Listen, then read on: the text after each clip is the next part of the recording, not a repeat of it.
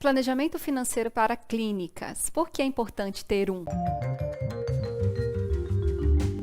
Olá, meu nome é Silvane Castro, sou diretora da Seven Gestão em Saúde e seja bem-vindo ao nosso canal que se propõe a trazer dicas práticas e a responder as principais questões que são nos trazidas aqui a respeito de gestão de clínicas e consultórios. E hoje falaremos sobre um tema muito importante, que é a questão da gestão financeira e do planejamento financeiro para sua clínica. E a primeira questão que eu trago é: o que é fundamental para um planejamento de uma clínica? E eu quero destacar aqui 3 elementos básicos. O primeiro é que você precisa fazer a projeção das suas vendas. É importante você medir, você programar, o que você pretenderá, digamos, gerar de produtividade, de vendas durante um determinado período.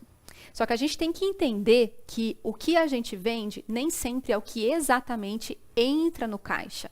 Por isso que nós já estamos entrando no segundo momento do planejamento financeiro, que é a parte do fluxo de caixa, que é composto por entradas e saídas. Então, daquilo que você vendeu, você vai entender o que exatamente quanto exatamente vai entrar no seu caixa dentro daquele período.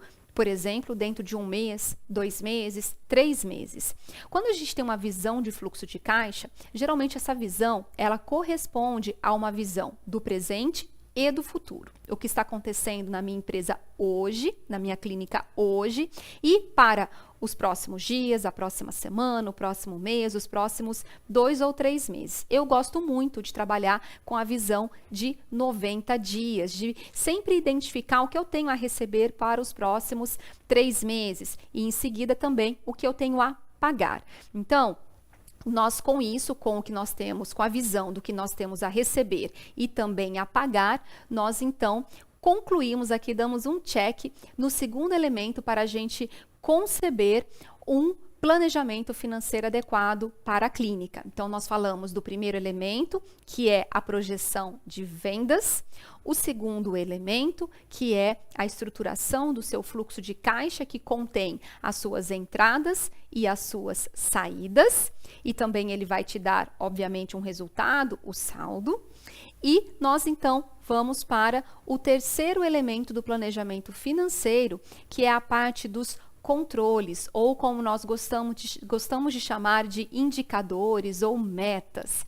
Então, tanto para a parte das vendas, das entradas e das saídas, é importante que você tenha uma estrutura de trabalho organizada, que esteja ali todas as contas classificadas. O que é uma classificação de contas? É quando você atribui um nome, uma natureza àquela conta. Então, um exemplo, eu tenho aqui a minha conta de energia elétrica, eu tenho aqui o meu aluguel, e eles todos estão classificados como sendo as suas despesas fixas, ou as suas despesas com infraestrutura. E aí, então, quando você soma esses valores dentro de uma determinada categoria, isso possibilita com que você estabeleça uma meta. O quanto que você gostaria de dedicar para aquela linha, para aquela categoria de despesa, qual que é a sua meta, se você está muito acima da meta, se você quer programar, desenvolver uma atividade dentro da sua clínica para reduzir gerar alguma economia, e baixar esse seu indicador, estabelecendo uma meta um pouco mais ousada no sentido de economia. Então, você ter aí essas 3 visões da venda, do fluxo de caixa e das metas, dos controles, dos indicadores, é algo que vai ajudar a estruturar o seu plano financeiro para a sua clínica. A respeito de planejamento financeiro, o que mais nós podemos destacar? Bem, aqui nós temos uma outra pergunta que é a respeito de de quanto em quanto tempo devo fazer o meu planejamento.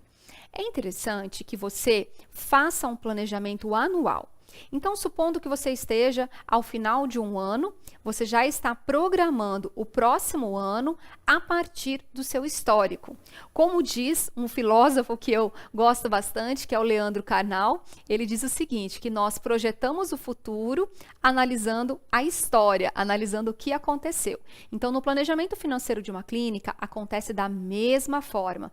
Você, então, vai olhar para tudo o que aconteceu ao longo dos últimos 12 meses, e vai então fazer uma projeção, estabelecer as suas metas, onde você pretende crescer, onde você pretende economizar, onde você pretende aumentar a sua participação, a sua margem de lucro. Então, você tendo ali essa estrutura que nós damos o nome de plano de contas, você então transforma esse plano de contas, que é o esqueleto ali, com o nome de cada uma das categorias das suas contas, você vai desenvolver um planejamento orçamentário para 12 meses. No entanto, é importante que, pelo menos a cada 3 meses, você faça uma revisão do seu planejamento orçamentário. Então, sempre ter ali o que foi planejado e o que aconteceu.